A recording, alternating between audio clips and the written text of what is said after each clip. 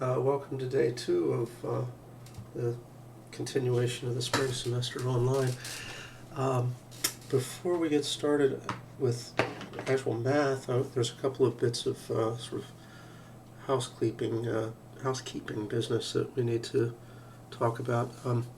Today we're going to be covering section 8.8.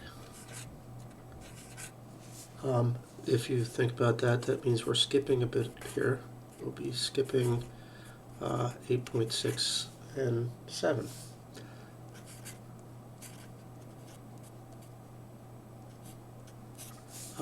Not that I don't want these to be covered just a little bit, but we don't need to emphasize it very much. For 8.6, I would ask you to please read that, because I do believe it contains some good advice, but I think it's mostly covering things that we've dealt with already. But I think it's a good idea to read it and review a little bit. For 8.7, I am going to talk about that briefly today, but in a nutshell, what I'm going to say about 8.7 is that you should use a computer algebra system to do integrals that aren't possible by other means. In fact, frankly, in real life, people who need to do integrals often use a computer algebra system, even if they could have been done by the techniques we've learned. So that's one piece. We're skipping those. Probably more important to folks is this next piece, which is about exams. I really did want to have an exam, a midterm, before we left for spring break, but that didn't work out. So I'm scheduling it now for Tuesday, the 31st of March. So that's a week from today, or a week from tomorrow if you're watching this last night. And I will put that on the Blackboard calendar as well.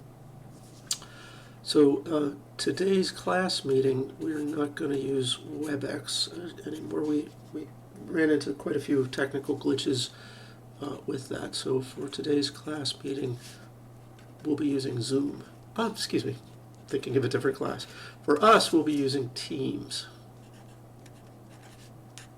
which is a Microsoft product that's in, well, let me show you that. The Teams thing, if I pull up a browser, I just want to do something here to try to prevent things from glitching out. If you go to your My Apps panel, I think technically it's called your Access Panel Applications, there's a bunch of things in here. Like, you probably normally use this to get to Blackboard. Teams is one of the many things they've got in here. It's down near the bottom, I think, just because mostly these other things are in alphabetic order and T comes fairly low. So Teams has a lot of stuff to play with in it, but what we'll be using is the chat functionality. It'll take a second for it to load up. I haven't made it yet, but I'm planning to make a team for our class. Anyway, on the left browser, the left thing, there's a navigate menu, and you can do chat in here. This is what's showing is me chatting with a student during office hours yesterday. You can also turn this into a video chat right there. And so that's what we'll be doing tomorrow.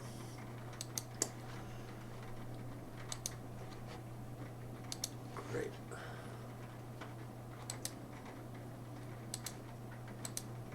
Okay, so that's cool. Now, and yeah, that's all the sort of housekeeping we needed to do for today. There is a little piece that I wanted to show you about the last section on the partial fractions decomposition that I didn't get to before. It skipped my mind, frankly. This is about solving systems. And this in particular is about solving systems when there are just two variables or two unknowns. And it works because in that scenario you can think of your two unknowns as the x and y coordinates of points. So in other words, you can plot stuff in the plane and figure out things about about solutions of systems. So let me run through an example we did yesterday. It was that a plus b is equal to 1, and the negative of twice a plus b is equal to minus 5.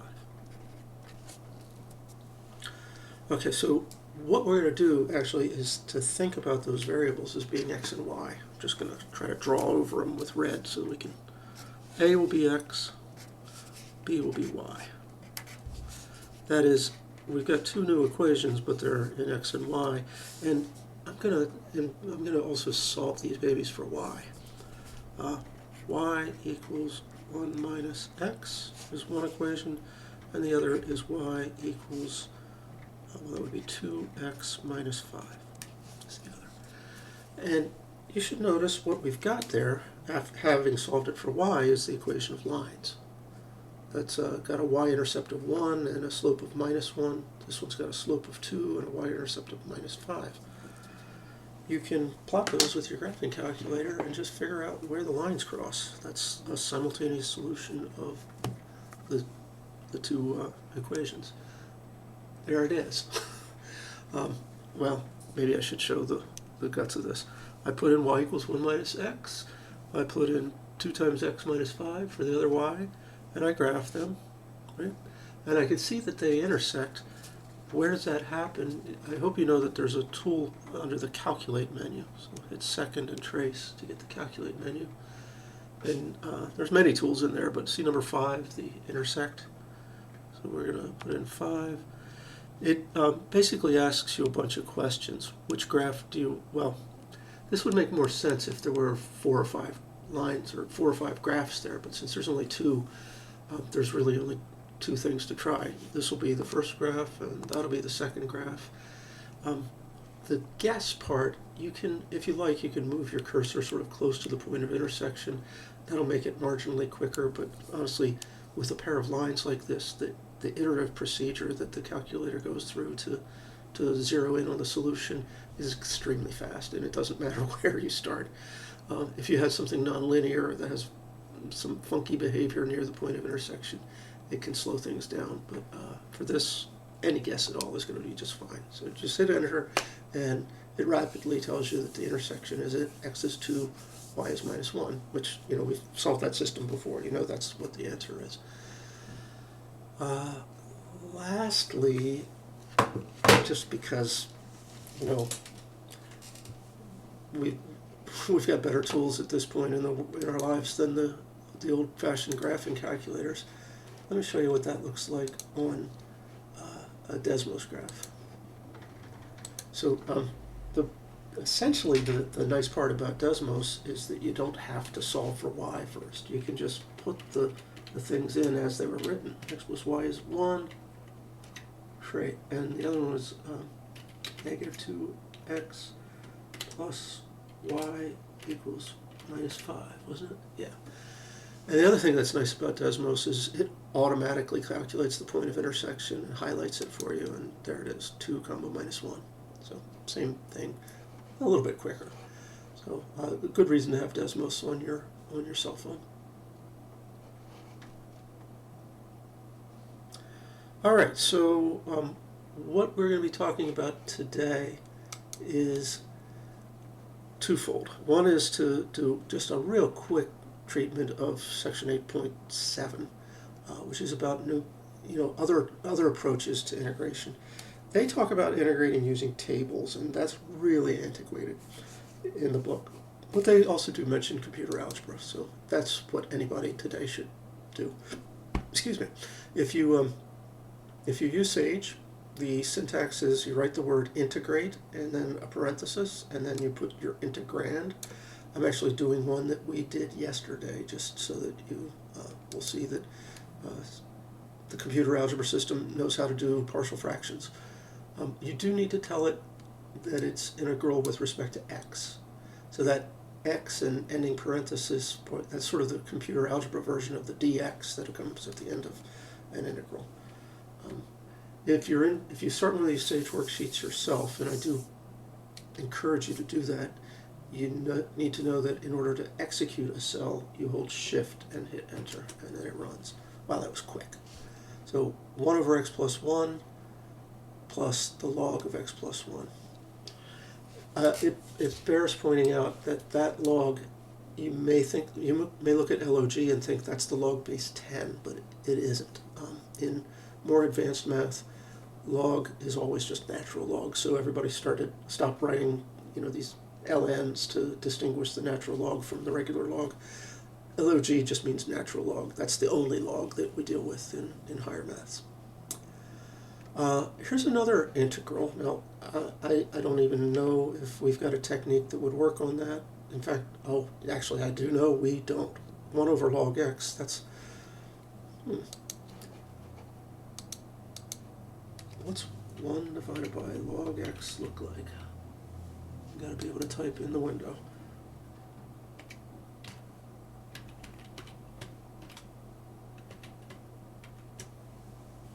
I think Desmos is using the log base 10 for that. I guess Desmos is not meant for the advanced math. There it is, 1 over the natural log of x. Well, if you're finding the area under this, and it includes this spot here where x is 1 and the logarithm is 0, consequently the graph of the reciprocal of the logarithm blows up, you'll be in trouble. But if you have the area, from 1 or just a little to the right of 1 forward, you get a perfectly nice looking piece of area. I think it should be integrable. So what does CoCalc tell us that integral is? It responds in a strange way. This is a function called the generalized exponential integral, and it's telling you to apply that to log x to figure out, well, that's not an answer in a sense. It's an answer if you know what it's talking about, but it's not a closed form expression in terms of other easily calculable functions like the last thing was. And this is something that just happens all the time in integration. We can, given a function that's expressed in closed form, you can almost always differentiate it. But you may not be able to integrate. You may not get something that is expressible in terms of other elementary functions. That's what happened here. In which case, you create a new function that represents the area under the curve. And how do you find the values of that function? Well, in this case, there's another trick, but in general, you have to turn to numerics. And that's what section 8.8 is all about, using numerics to do some calculations of values of integrals. Now, you undoubtedly saw the left and right Riemann sums before. I'm going to show this to you pictorially. I've written up a cell in a Sage worksheet that does this. It's going to draw a bunch of the boxes, the rectangles that go under the curve. And what we really want to do is add up the area of those rectangles, but we're just going to look at them for now to get a sense of the geometry of it. I'm using num as the variable of how many subdivisions we'll divide the thing into.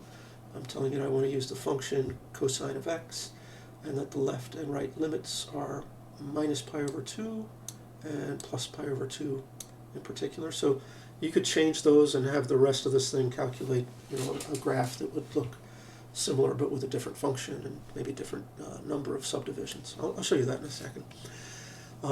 This isn't terribly hard computer programming in here. The first thing I'm doing is figuring out how wide the interval is, right minus left, and dividing it by num. So that's telling me what's the width of each little rectangle, each summand we're going to create in a Riemann sum.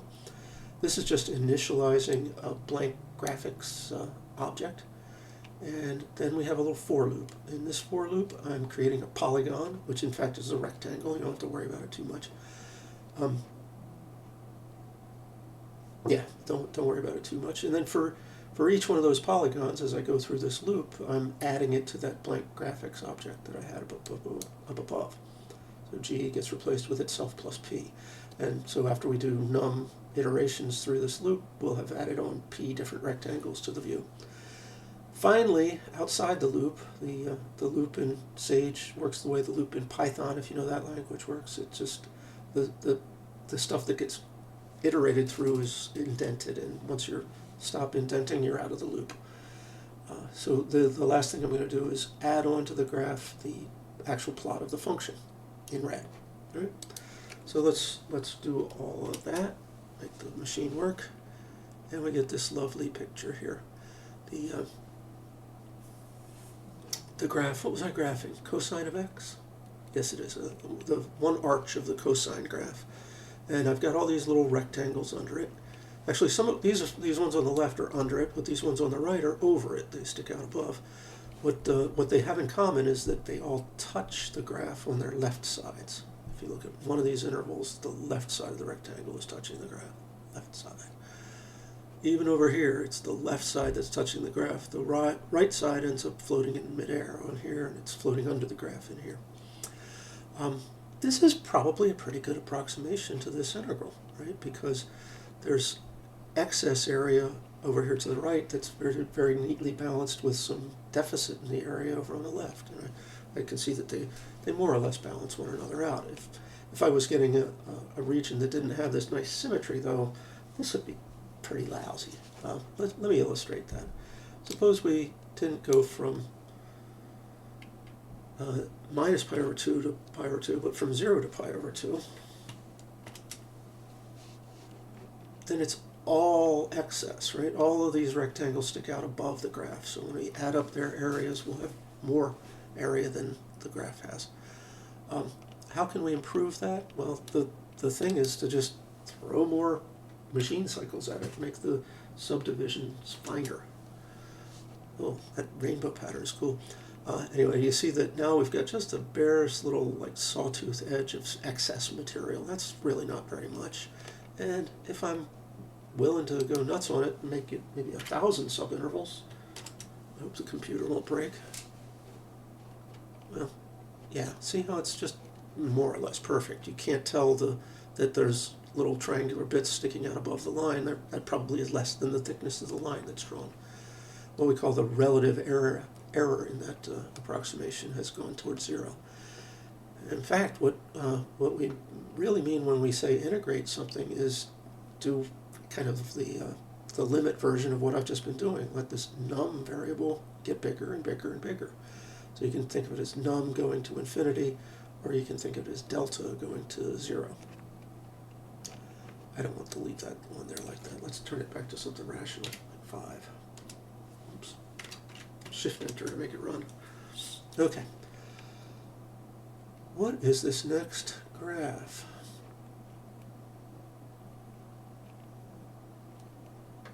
Oh, I don't have a heading for it, but it must be the right-hand Riemann sum. Let's see.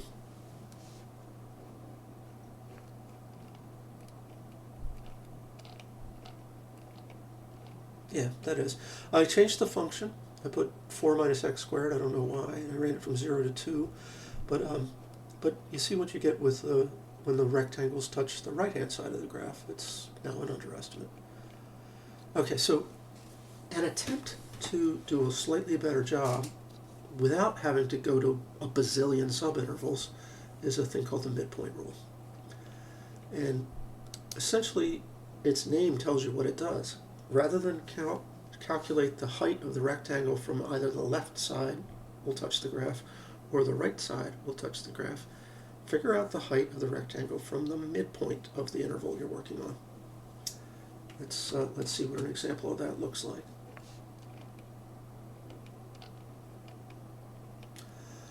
Oh, okay, I changed the function on us, didn't I?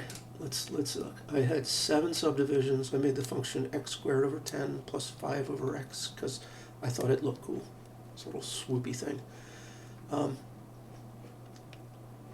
Other than that, how did I calculate the rectangles? You may be able to spot it in here. I plus 0.5. That's telling it to figure out the y-coordinate from the middle of the rectangle, the middle of the subinterval. Okay? And each one of those rectangles is kind of a good approximator because you can see I've got a little area under the curve and I've got a little area above the curve, and they're more or less equal, so that's a really close approximator to the area that's literally just under the curve on that region. The only place where it breaks down is spots here where the curve has a minimum. It's even possible to get graphs. Actually, let me change the number of subdivisions and you'll see. I think 5 ought to do it.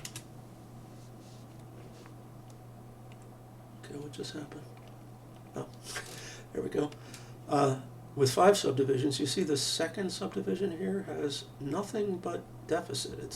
It contains the local minimum of the graph, so we're below the graph on both sides. So that's a fairly bad area, but you notice the rest of them have this feature of having a piece that balances the other piece, where they stick out versus where they are dented in. So that's the midpoint rule, and it's really quite good at approximating the area of the curve. Let me show you a reinterpretation of the midpoint rule. What I'm going to do is just take these horizontal lines here that are forming the top of the graph. I'm going to rotate them around the point where they cross through the graph until that line segment is tangent to the graph. That does nothing to the area under the curve. You see, the area that you would get above the graph by making it at an angle on this side is equal to the amount of area you lose on this side when you tilt the top of it. So by tilting it around the midpoint, you don't change a thing. What are we doing? 5 subdivisions? Let me stick with 5 subdivisions here too. And you notice I'm using the same function. And there's the midpoint rule reinterpreted by making the rectangles slanty rather than having straight tops. You can visually see that this is a pretty decent approximation to the area under the curve. The place where it's bad is here, and maybe not so great in the second interval either, but from the third one on, it's just a tiny little bit of a sliver of white that's showing under the graph that's not included in these, well, they're now trapezoids, right? And I can show you them, these two graphics sort of overlapped so that you can see how that looks. Each interval is now showing both the horizontal top midpoint rule and the slanted top midpoint rule. Can you spot that those are really equal? These two triangles are similar. Right, so that's a great approximator, but it's not the best possible. Here's another. I have 7 in all of these. I liked 5 before. Here's another approximation attempt. It's called the trapezoid rule. So both the midpoint rule and this actually involve trapezoids, but these trapezoids are touching the graph at both sides, whereas the midpoint rule trapezoids were touching the graph at the center of or in the exact middle of the subinterval. So you can see on this particular graph, this trapezoid rule thing is going to be an overestimate. We've got area that's under these blue shading to pink regions that's sticking out above the graph. So we get area in the rectangles under the trapezoids that's not in the part that's under the graph. So can we do better? Well, the last graph I'm going to show you here is combining those two, combining the midpoint rule with the slanty thing and the trapezoid rule with the both ends of the interval touching it. And this actually, this is not how Mr. Simpson figured this out, but it turns out this is a great window into a thing called Simpson's rule. So here's what Mr. Simpson thought of. These different rules we've looked at, midpoint, trapezoid, even the left and right Riemann sums, they come from capping the top of these rectangles off with straight lines, either horizontal straight lines or straight lines at some angle, but still straight lines. What if you could cap the top of this thing off with some other shape, like a parabola? Well, so Simpson said, let me take actually 2 consecutive subintervals, so maybe from 0 to 1 and then from 1 to 2. That's not quite what I've got here, but you get the idea. and you get 3 points in that pair of sort of adjacent subintervals. Well, 3 points determines a unique parabola.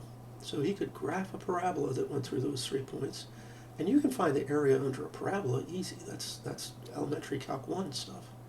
So use the parabola-shaped tops on your strips instead of rectangular strips. Have things with a parabola shape, and you get an approximator for the area under the curve. And it turns out to be a lot better than anything else we've done before. But there's this cool connection that you can see. I think you can see it right here. You notice how the trapezoid rule, where we're touching the graph at either end, is an overestimate, and the midpoint rule is an underestimate. Why don't we just take their average? And that would get us something that's probably a lot closer to the area. Both of them are quite good. Their average ought to be even better. It turns out, though, you can probably see from this graph that one of them is a better approximator than the other. Which one has more in error? The trapezoid rule. The one that's in light blue here has got quite a lot of area above the graph that's not under the graph. The midpoint rule, as modified, has area under the graph, under the graph that's not in it, but not as much as the other guy. So we'll form an average, but weighting the better approximator a little more heavily. And what it turns out is equivalent to Simpson's rule is weight the midpoint rule twice as heavily as the trapezoid rule. So you do midpoint times 2, or 2 midpoints, 1 trapezoid, and then divide by 3. Is that a way to say it? 2 midpoints, 1 trapezoid, divided by 3. Now that turns out to give us Simpson's rule with twice as many subdivisions as we've got here. So I would get a Simpson's rule for 10 subdivisions by doing that thing for the two, this weighted sum of the midpoint and trapezoid rule with 5 subdivisions. But it's kind of brilliant, and it lets you actually get quite accurate answers without having to have 9 billion subintervals. You can get 7, 8 decimal places of accuracy with probably 100, maybe even less. I mean, that's actually a good question. What's an error estimate? How can we, if we can use good error estimates, we can figure out sort of what's the most economical way to calculate this. What's the minimum number of subdivisions that'll make sure we achieve a certain level of accuracy. Okay. So that's going to be it for this phase. I'm going to come back and do some, or add to this video with some stuff on the whiteboard. So yeah, I'm going to do a couple of examples on the whiteboard because it's just a little more convenient. What we're first probably going to want to look at is a convention that people use for dividing the interval. And we're always thinking about an interval that goes from A to B. That was weird. I just made the B become the tick mark for that point on the line. Sorry. That one should be written like that. There we go. And you're going to divide that interval up into some number of places. Let's look at just an example here. N is equal to 5. I'm going to see if I can. No, that wasn't good. But there. Yeah, I think that's close. Did I just get 5 subintervals? I did. But you'll notice that I've tried to do that by lining up 4 fingers. There's 4 ticks there, and there's also A and B. It's actually, if you can just count, there's 6 tick marks on the screen here. And these things are typically called x0. So x0 is literally equal to A. x1, x2. What's the number of the last one going to be? Yeah, it's going to be 5. So we actually get 6 things by counting from 0 up to 5. If you look at how long that interval is. Its length is b minus a. And we're dividing it into n pieces. So that number is called delta x, the change in x. And we can express all these x0s and x1s, etc. in terms of that as well. x0 is equal to a. x1 is a plus delta x. What's x2? Well, that would be x2 is a plus 2 times delta x, and so on. In other words, if you think about yourself halfway through the process at some number I, xi is going to be a plus I times delta x. Well, if we're, let's do an example of a left Riemann sum and then a right Riemann sum, and we'll see how they compare. I want to do a relatively simple function and a relatively small number of subdivisions. Well, in fact, I'm just going to have n equals 3. So we'll be dealing with x0, x1, x2, and x3. Let's just get this here. And the function I'm going to deal with is one we know how to deal with quite well. It's f of x is x squared. And in fact, what I want to do is the integral from 1 to 7 of x squared dx. Now, we wouldn't normally need to use numerical techniques to deal with that. In fact, you can integrate. You know what the antiderivative of x squared is. What is it? It's x cubed over 3, yeah? And we can evaluate from 1 to 7. So the exact value of this thing is, I guess I could pull the 1/3 out of there. It's 1/3 times 7 cubed minus 1 cubed. It's movie magic. Suddenly I have a calculator. So what were we trying to do? We want to figure out what is that number. 7 cubed is 343, right? 7 to the 3rd. Yep. Minus 1, 342, and then 1/3 of that.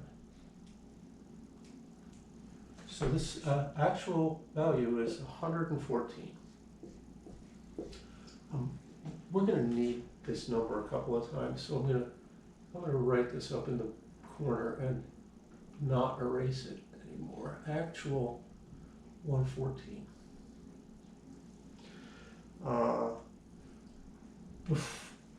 Well, let's try the approximation. So I'm going to start by doing a left Riemann sum approximation.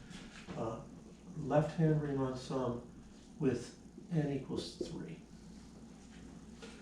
With n equals 3, the interval is 6 units wide, so b minus a over n is going to turn into 7 minus 1 over 3, 6 over 3. It's 2, yeah? That's our delta x. And I can write down what the 4 numbers are, the x subscripted numbers. x0 is going to be 1, x1 will be 3, x2 is 5, and x3, the last one, is also equal to the right or upper endpoint, but it's 7. Oh, that's nice. There's 1, 3, 5, 7, the odd numbers. A picture of what our Riemann sum will look like. I'm going to draw it so the y scale is very much scaled down, very shortened. But it's going to be roughly like that with a height of 1 right there and a height at the far end when the x coordinate is 7 of 49. But if we're doing a left-hand Riemann sum, well, let's divide our interval into 3 subintervals, about like that. So there's 3 and there's 5. A left-hand Riemann sum would look like the left side of the rectangle is touching the graph. The first one is so tiny, I think I'll just make it solid. The second one has a little more height to it, so I won't fill it in, but it looks like that. And the third one, the last one, looks like that. Now these guys are all 2 units wide, these rectangles. Their heights are, well, the first one is 1 squared, the second one is 3 squared, and the last one is 5 squared. So the left Riemann sum area is, well, 2 units wide for all of them, multiplied by 1 plus 9 plus 25, the squares of 1, 3, and 5. That's 35, and double of it is 70. So yeah, I'm going to save that as well. What we just got for the left Riemann sum was 70. But before I go into doing the right Riemann sum, let's see how terrible this is. It's pretty bad, right? I mean, gosh, it's nearly half the size of what we're actually after. And that's not strange. So you see there's all this area that's under the curve, but not in our rectangles. So yeah, I would expect it to be bad. The absolute error is the difference between 70 and the actual number, 114. The absolute error is 44 units. It's a underestimate, so we'd probably say it's, negative 44 units. The relative error is also pretty large, but it's this number in comparison to the size of the actual answer. Negative 44 over 114. Well, yeah, I'm going to need a calculator for that too.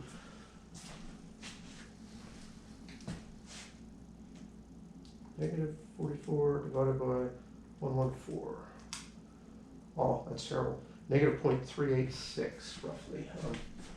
Negative, I'll write it as a percent, 38.6%. Not great. I think the right Riemann sum is even worse. So let's have a look at that.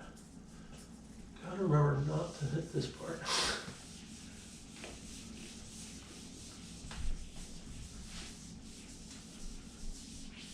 All right. So what about our right Riemann sum? Also with n equals 3,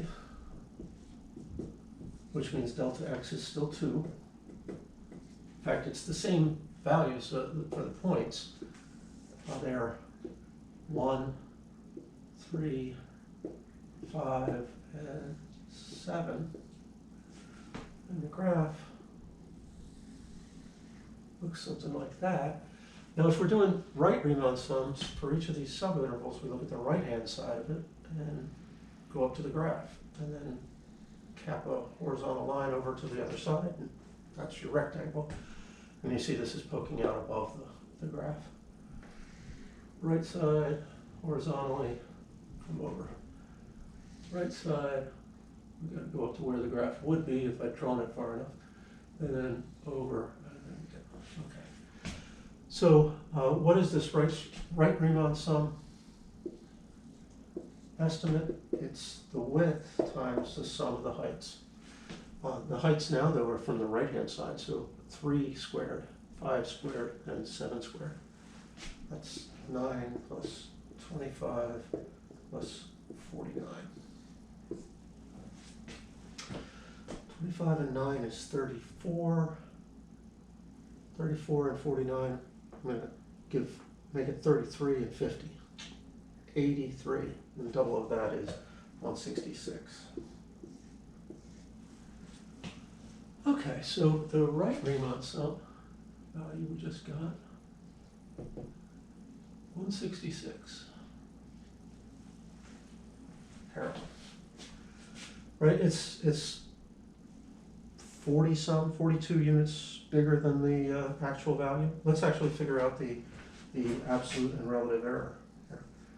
Absolute error in this is 166 minus 114. Never do trust myself with subtraction. 166 minus 114. Yeah, it's a good thing I checked. It's positive 52. We're overestimating by 52 square units. And what is that as a relative error? Divide that number by 114. 45.6%.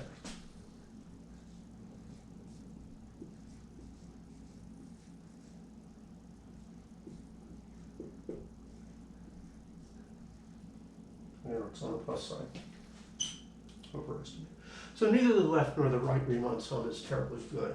I'm going to leave the graph on the board though, and do the midpoint rule. People usually abbreviate that mid. It still is going to be n equals 3, and delta x will still be 2. But I think you'll see why I chose delta x to be 2 now for cheating reasons. The midpoint rule is going to use the midpoints of these subintervals to calculate the heights of the rectangles. So we won't be these black heights anymore. We'll just erase them. Instead, will be whatever height the graph has at its midpoint for that subinterval. Straight up to the graph, find the height there. Straight up to the graph, find the height there. Just to carefully erase the bits that we don't need. Okay. In fact, those midpoints are easy to figure out. They are 2, 4, and 6. That's why I chose delta x equals 2. All right, so what does the midpoint rule get us here? The intervals are still 2 units wide, but the heights of the rectangles are 2 squared, 4, plus 4 squared, 16, plus 6 squared, 36. And that, what is that? 20 plus 36 is 56 times 2. This is 112. Wow, that midpoint rule was pretty good. The midpoint rule here is 2 away from the correct number. So that is our absolute error is 2. Is it plus 2 or minus 2? It is minus 2. It actually, that's something you can tell because of the curvature in the graph. This is a concave up graph, so these things don't exactly balance one another. The ones where we've got graphs sticking out above the rectangle are slightly bigger than the ones that are underneath. So yeah, there's a little bit more graph than there is in the Riemann sum. Anyway, our absolute error is minus 2, and our relative error is that divided by 114. What is that? Negative 2 divided by 114. Well, it's short of 2%. It's about negative 1.75%. So way better. But we're not done. Midpoint rule is good, but there's also the trapezoid rule to look at. I showed you the pictures of these things before. Let's actually, do the calculations and get numbers out of them. So imagine that I'm redrawing everything while I'm erasing this board. What I'm really doing, we want to remember that one. What was the midpoint approximation? It was 112.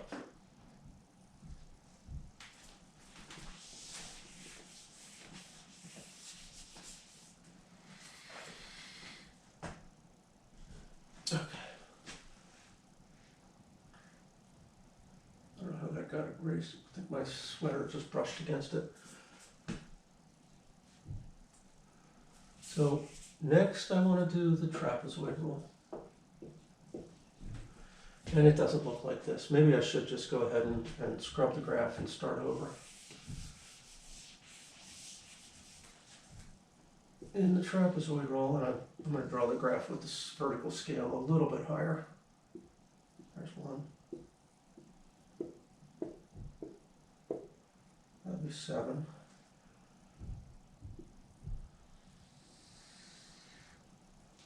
Yeah, that looks about right. So That height is 49 right there. But we're still doing n equals 3 subdivisions, so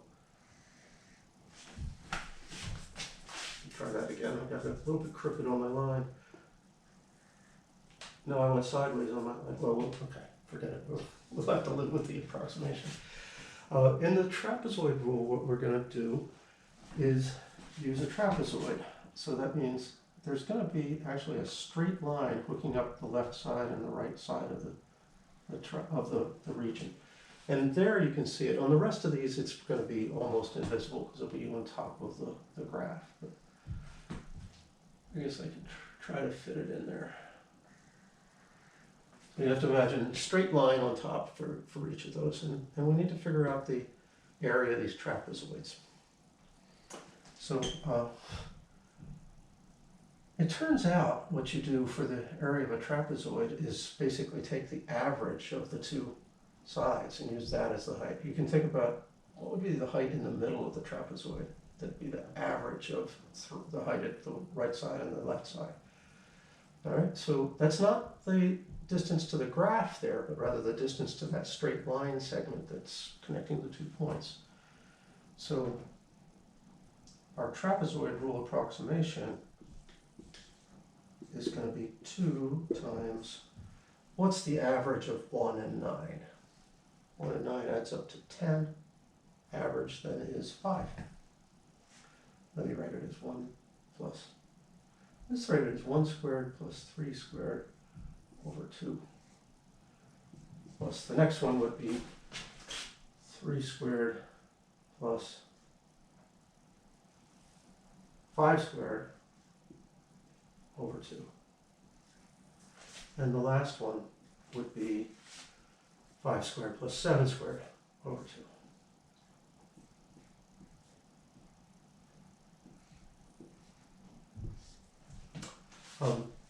The reason I wanted you to see it written out like that is to notice that you've got 3 squared over 2 there and 3 squared over 2 there. There's two halves of 3 squared, so there's a total of 3 squared. There's a 5 squared over 2 and another 5 squared over 2. So you've got 2 1/2s of 5 squareds. That is, this part in parentheses can be rewritten as 2 times 1/2 of 1 squared plus 3 squared plus 5 squared plus 1/2 of 7 squared. And that business would work even if there were lots of, if there was 1,000 subdivisions, we'd have all these terms in the middle would just be the function evaluated at the xi. The first one and the last one would get a half one. So it's kind of a nice form for the trapezoid rule. What is this actually numerically? Let's see. I think I'll probably refer to the thing above. So just to consider that second line as a parenthetical remark. This is 1 plus 9 over 2, which is 5. That is 9 plus 25, 34 over 2, that's 17. I do that right? 9 and 25? Yeah, 34. And this one is 25 and 49. That's 74. Wait, over 2. 37.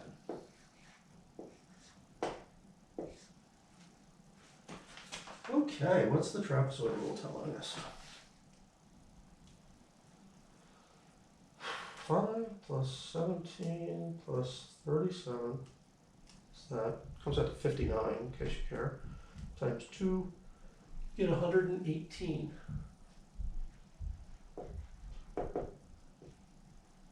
Oops, 118. So what's the relative and absolute errors here?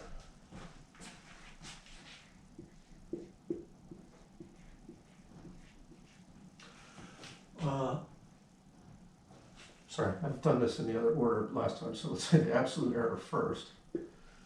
The absolute error is 118 compared to 114. We're over by 4 units. And the relative error is that divided by 114. 4 divided by 114. That's 3.5%.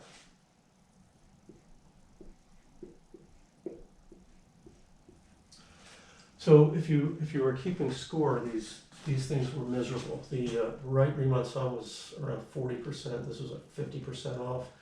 That one was 1.5% off, and this is like 3.5% off. So not that great. But remember that the midpoint was a negative error, and the trapezoid rule was a positive error. And you might notice the trapezoid error. You can probably see it in here. This guy was 2 units below, and this guy was 4 units above. So the trapezoid error is double the midpoint error, and in the other direction.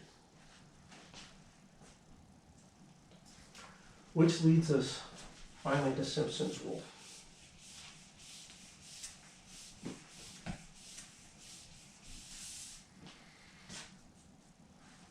Now what Simpson literally did was replace the straight line segments on top of here with parabolas.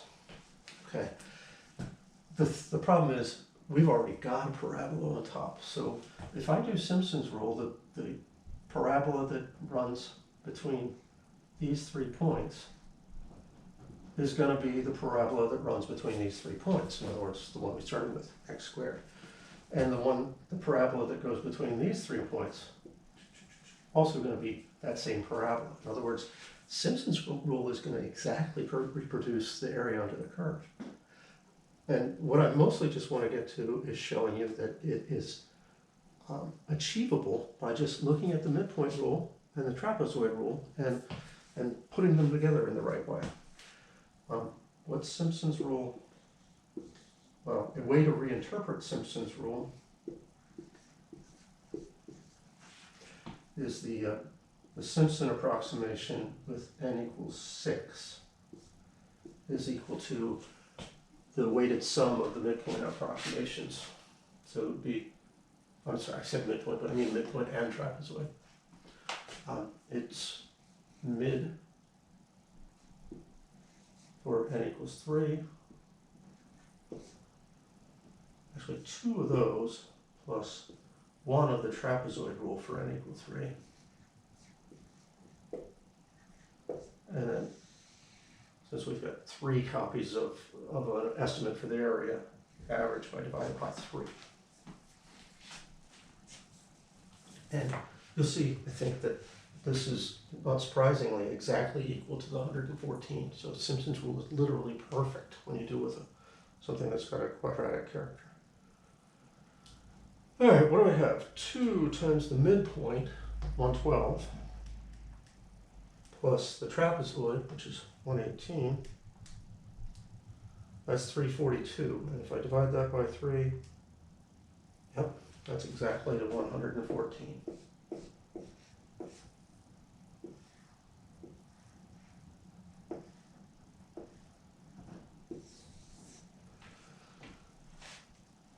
So it might be a little bit of a surprise to you that you can use a numerical approximation, actually starting with stuff that's awful, and in a few stages of getting finer with it, come down to something that is exactly perfect. It's the exact area under the curve. Generally speaking, there's an error estimate for Simpson's rule, but you can probably imagine that if you have any kind of random looking curve and over a small enough region, you can replace pieces of it with chunks of parabola and get a pretty decent approximation to the graph. There's even another method where you use cubic splines to fit together to look like the top end of the graph, and that's even a little better, unless you're actually dealing with something that's quadratic, by which point Simpson's rule has already become perfect. There's no need to go to those more difficult topics. All right, so that's where we'll leave it for the analysis of numerical methods. There's a good bit of interesting problems in the book, and I think your worksheet will get you started on that, but then also have a look at the new homework assignments that I'll be posting on Blackboard. And I'll see you Thursday.